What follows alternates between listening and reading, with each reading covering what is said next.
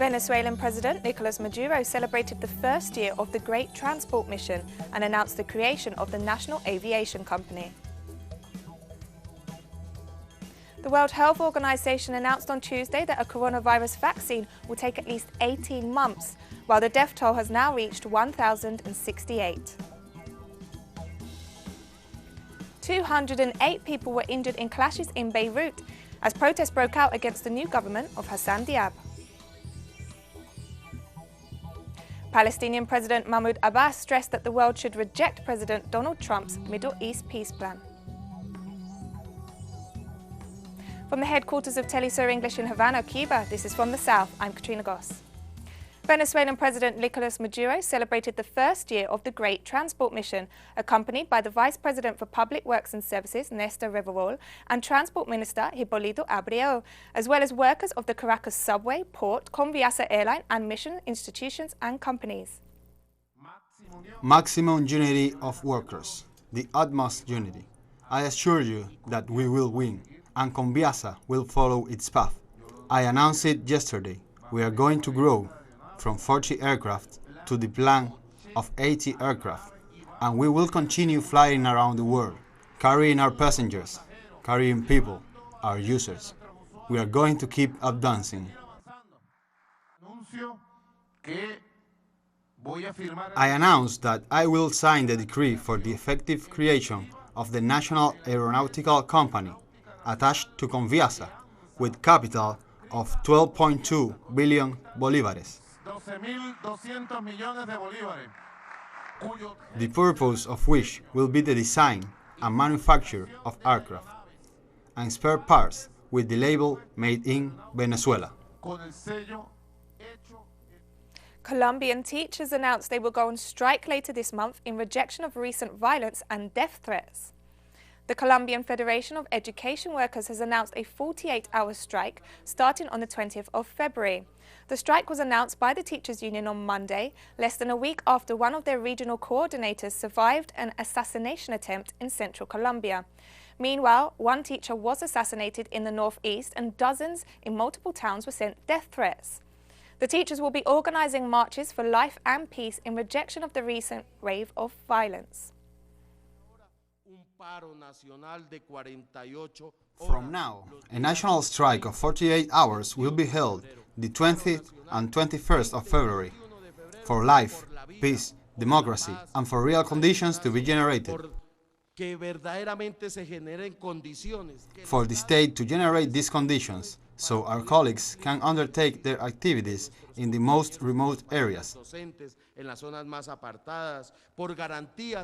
We will go on strike for trade union freedom, for the protection of our social leaders, so the assassinations of our colleagues finally stop. But at the same time, we will demand President Iván Duque grant an audience with the FECODE Executive Committee. And at the same time in Colombia, the revelation that the presidential plane was used to transport Iván Duque's family and friends on a trip to celebrate his daughter's birthday has sparked controversy.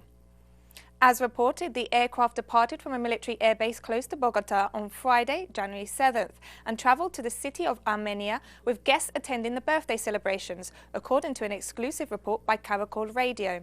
Travelling on the plane were the First Lady, accompanied by her 3 children and a group of guests, their parents and security personnel. The corruption trial against former President of Ecuador, Rafael Correa, has begun. Correa has stressed that the case is an attempt to prevent him from participating in the elections of 2021. Our correspondent in Ecuador, Denise Herrera, brings us this report. Today is the second day of the trial against former President Rafael Correa, who has been accused by the Attorney General of Ecuador of bribery. In this context, the Attorney General of the nation started to interview her main witnesses in this case. One of them was the Ecuadorian journalist Cristian Zurita, who has made an investigation called Arroz Verde. According to Zurita, he has all the evidence to prove that Correa and the other 20 people who are linked in this case have committed the crime of bribery. Also, this investigation was one of the main facts that the Attorney General of Ecuador took, and resolved to start a new investigation now called Sobornos. Meanwhile, the legal defense team of former President Rafael Correa, the lawyer Fausto Jarrín, is denouncing a political persecution, but he also called to the top authorities of the court to stop with this hearing and to change all the judges. Why Fausto Jarrín is calling to the court? Because he has denounced before the irregularities during this investigation. Until now, we have to wait if the judges in charge of this case will be notified or not. The Bolivian Supreme Electoral Tribunal informed that 365 candidates have been disqualified from participating in the May 3rd general election. The authorities said that they did not comply with the legal requirements as established in the electoral law. The party with the most disqualified candidates was Frente para la Victoria, with 205 candidates banned from participating. The movement towards socialism, or MAS, Evo Morales' party, has 57 candidates prevented from running in the general elections. And the party of the self-declared president, Janine Áñez, also had 9 candidates disqualified from running due to not presenting the required documents to register as candidates. Over 20,000 workers of the Brazilian state-controlled company Petrobras are carrying out a national strike in protest against the mass layoffs of workers and the privatization of public assets. In an attempt to counter the industrial action, the Bolsonaro administration tried to hire former employees to replace the strikers, but the measure was unsuccessful. The strike, which has been ongoing for 11 days, has managed to bring together workers from 43 oil platforms, 11 refineries, 18 terminals and 5 thermal power stations, among other facilities. On February 1st, the Single Federation of Tankers and the Single Central Organization of Workers began an indefinite strike that is marking a milestone. Former Brazilian President Luiz Inácio Lula da Silva stated that he has no intention of running for the presidency of Brazil in 2020 during an interview with Objetivo channel. The former Brazilian head of state said he would rather advise someone else better qualified to secure an electoral victory unless circumstances force him to stand. On the possibility that former judge and current Minister of Justice Sergio Moro run for the presidency of Brazil in 2020, Lula categorically stressed that Moro will not be president. If he's a candidate, he will not win. The government of El Salvador, led by President Nayib Bukele, announced that it will abide by the ruling of the Constitutional Chamber of the Supreme Court that prevents it from convening an extraordinary session of the legislature to approve a loan for $109 million as part of its security plan. Former presidential candidate Rubén Zamora said Bukele's decision to militarize their legislative headquarters on Sunday can be seen as a regression in the Colombian peace agreement of 1992. Earlier on Tuesday, the presidency of El Salvador claimed that the executive has been at all times respectful of the principle of separation of powers. The government says that although it does not share the opinion of the court, it will abide by the decision to suspend the call for an extraordinary parliamentary session. And groups of protesters gathered at San Salvador on Monday night to condemn the use of troops by President Bukele after he stormed Parliament on Sunday. Demonstrators called Bukele a fascist and demanded the Supreme Court take action. The right-wing Arena Party also joined the demonstrations. To democratically elected President Nayib Bukele, we demand that you rectify your behavior so that it complies with the mechanisms that guarantee the rule of law, which has cost this country so much. To the Supreme Court of Justice, that you rule as soon as possible to guarantee the rule of law. And in the context of the 29th edition of the Havana International Book Fair this Monday saw the book launch of Red Zone, Cuba and the Battle Against Ebola in West Africa, by the renowned Cuban intellectual and journalist Enrique Urbieta. The first edition of the book in English was presented, as well as the second edition in Spanish by US publisher Pathfinder. The 2 new editions include the addition of maps and further photos. The text gathers the testimonies, anecdotes and experiences of Cuban doctors working in 3 West African countries to combat the Ebola epidemic, as well as those of the author, who travelled there to cover their stories. Red Zone likewise explains the training process the medical personnel underwent in Cuba prior to travelling, supported by WHO experts, and discusses the possible causes of the Ebola outbreak. And the book is an insight into one episode of Cuba's historic commitment to the independence and development of the peoples of Africa. Speaking at the launch, author Enrique Urbieta stressed that the new editions come at a time when the United States is intensifying its campaign to discredit Cuba's internationalist medical cooperation across the world. Readers will discover the context. They will find reflections on all the aspects that influenced the mission.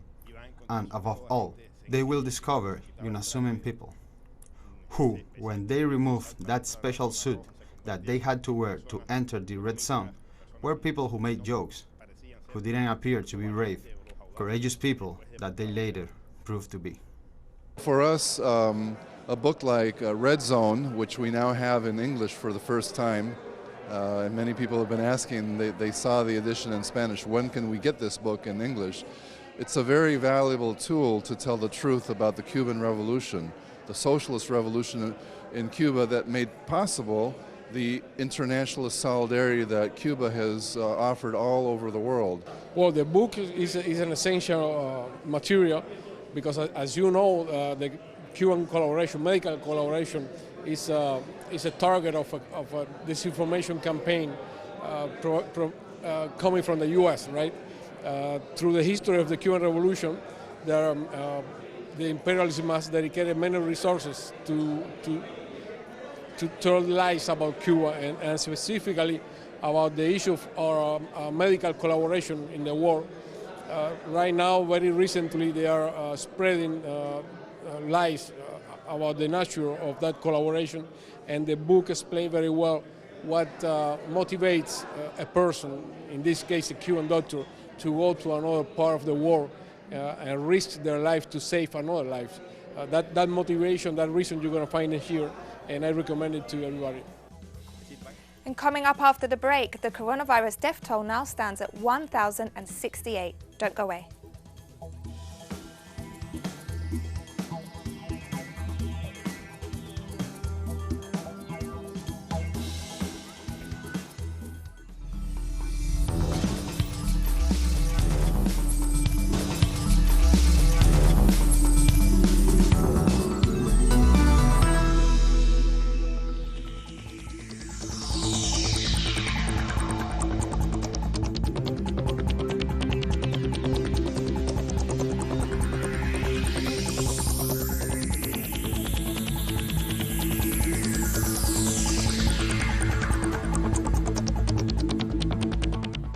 Welcome back.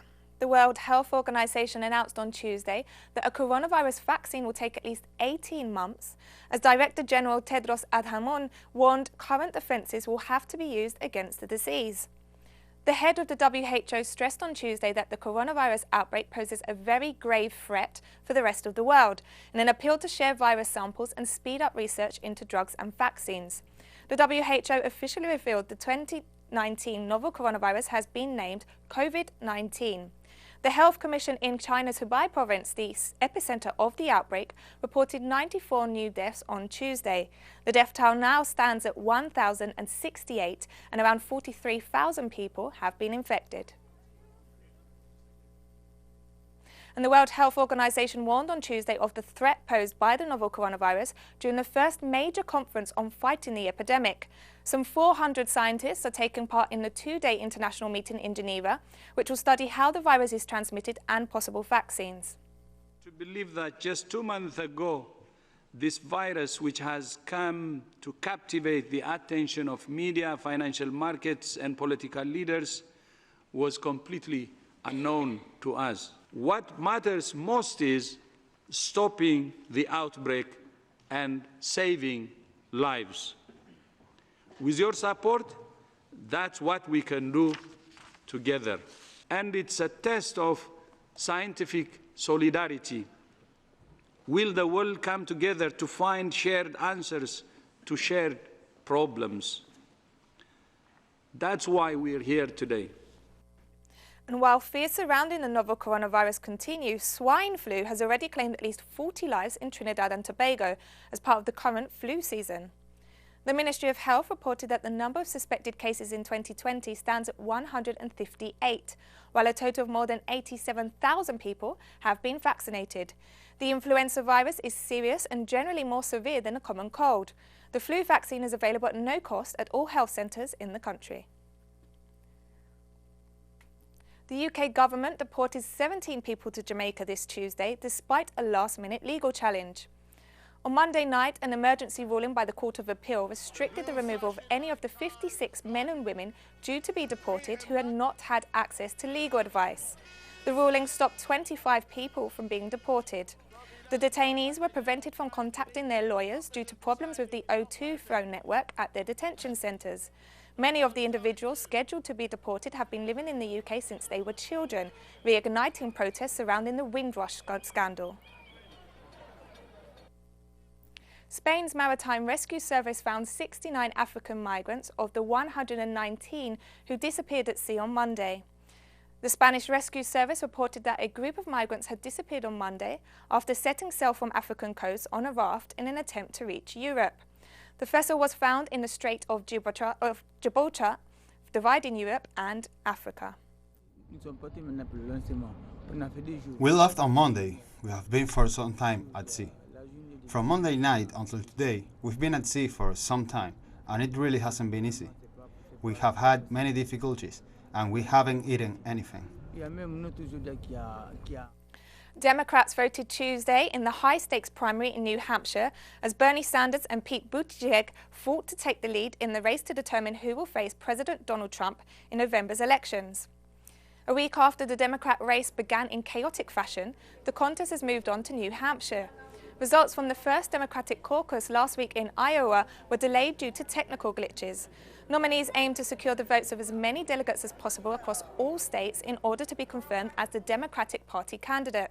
New Hampshire always hosts the nation's first primary, and it could narrow the current Democratic slate of 11 candidates. And Joe Biden, former US Vice President and now running to be the Democratic candidate in the November presidential election, has abandoned the primary race in New Hampshire and will instead go straight to South Carolina. Joe Biden finished fourth in the Iowa caucus, the starting point of this race to secure the party's nomination. The veteran politician is now heading to South Carolina, where his advisors believe he has more chances to win. The primary there will be held on February 29th, 3 weeks after the Iowa caucus and following almost a month of bad results for the former vice president. 4 members of the Venezuelan Embassy Protection Collective faced prosecution on Tuesday in Washington, D.C.'s federal court for interfering with the protective functions of the U.S. Department of State. In April 2019, the democratically elected president of Venezuela, Nicolas Maduro, recalled his diplomatic staff from the Venezuelan embassy in Washington, D.C. 4 members of the Embassy Protection Collective occupied the embassy until a protective power agreement could come into play. That legal action prevented US-backed anti-Maduro forces from taking over the embassy. On May 16, 2019, the 4 embassy protectors were arrested, while the Trump administration is arguing that their refusal to leave the premises interfered with the government's ability to protect the embassy. The trial began on Tuesday and could last approximately 1 week. And we're taking one last break now, but stay with us.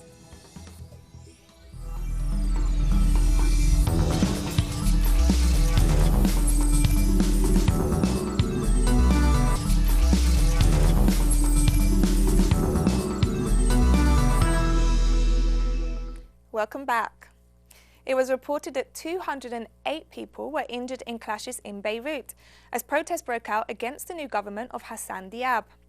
Demonstrators attempted to prevent lawmakers from reaching the parliament building for a vote of confidence in the new government by blocking roads, while security forces fired tear gas and water cannons.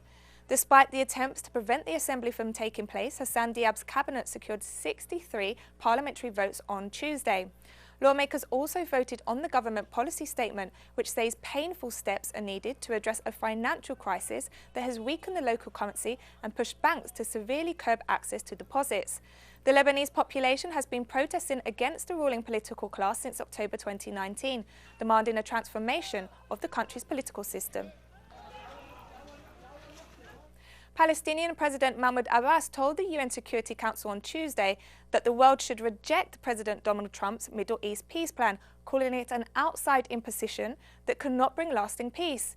Showing a large map of Israel and Palestine as laid out by Trump's so-called deal of the century, Abbas stressed it makes Swiss cheese of Palestinian territory and would severely limit Palestinian sovereignty. I have come to you on behalf of 13 million Palestinians to call for a just peace. That is all. I have come to you today, ladies and gentlemen, to reaffirm the Palestinian position that rejects the Israeli-American proposal. The Philippines government said on Tuesday it had officially informed the United States that it was scrapping a military pact that has allowed American forces to train there for the past 2 decades. On the orders of President Rodrigo Duterte, the Philippines announced on Tuesday that it would scrap the 1999 Visiting Forces Agreement, which exempts U.S. military personnel from passport and visa regulations for joint exercises and training of troops in the Philippines. The move to end the pact follows anger over Washington's reported decision last month to cancel the U.S. visa of Philippine Senator Ronald de la Rosa, former National Police Chief. The President directed the Executive Secretary Salvador Medellea to tell Secretary Teddy Boy Locsin of the Foreign Affairs to send a notice of termination to the U.S. government last night. And the Executive Secretary sent the message to Secretary Teddy Boy Locsin, and the latter signed the notice of termination and sent to the U.S. government today. The notice of termination has been sent, and the effectivity of that would be 180 days from the receipt of the U.S. government of such notice. You cannot go beyond. Thousands of Iranians are taking part in mass gatherings to mark the 41st anniversary of the 1979 Islamic Revolution. Rallies have taken place in more than 5,000 locations across the country. President Hassan Rouhani told crowds gathered in Tehran's Freedom Square that the revolution remains strong and that attempts by the US and Israeli governments to destroy it will fail. This year's rallies coincided with the commemorations to mark the 40th day since the death of top General Qasem Soleimani, who was assassinated in a US drone strike in Baghdad in early January. Can't do a damn thing through the sanctions. Even if we die from poverty and hunger, we will not compromise with America. No way. I'm telling this to officials, foreigners and America. Syrian government forces established full control over a highway in northwest Syria on Tuesday for the first time since 2012, as talks ended between Turkey and Russia on stopping the clashes that have killed 13 Turkish soldiers in a week.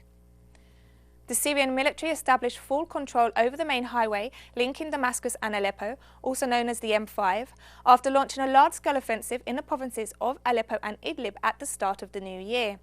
The latest advances by Syrian President Bashar al-Assad's forces come after 13 Turkish troops were killed in the northwestern Idlib region over the past week, prompting some of the most serious confrontations between Ankara and Damascus. The worsening situation in the Democratic Republic of Congo's eastern Beni territory has caused humanitarian concerns after violence forced more than 100,000 civilians from their homes over the past 2 months. Attacks by armed groups near the border with Uganda have displaced men, women and children to the town of Noboli and surrounding areas since December last year. Tensions in the region have been rising since the launch of a government-led military operation in December against the Allied Democratic Forces. At the same time, displaced civilians face double danger as the Ebola epidemic declared in August 2018, with its centre in Mangina, is still active across the region, having caused more than 2,300 deaths. Sudan's former President Omar al-Bashir will be hauled before the International Criminal Court at The Hague to face charges for war crimes barely a year after his overthrow. Spokesperson for the country's Civilian Military Transitional Council disclosed the latest decision, which means Bashir, currently under house arrest and facing corruption charges, will face arrest for war crimes and crimes against humanity. Bashir is charged with incidents recorded in the country's western Darfur region, where conflict broke out in 2003. The accusations include genocide, crimes against humanity and attacks on civilians in towns and villages of Darfur. February 11th marks the 30th anniversary of the release of Nelson Mandela, after serving almost 3 decades behind bars for fighting against South Africa's apartheid system. A series of events will take place across South Africa to commemorate the day that ushered in a new era. President Cyril Ramaphosa is expected to deliver a speech from the balcony of Cape Town City Hall on Tuesday, where Mandela addressed thousands of supporters after his release from prison in 1990. And we've come to the end of this news brief. You can find these and many other stories on our website at telesurenglish.net. And join us on social media, Facebook, Twitter and Instagram. For Telesur English, I'm Katrina Goss. Thank you for watching.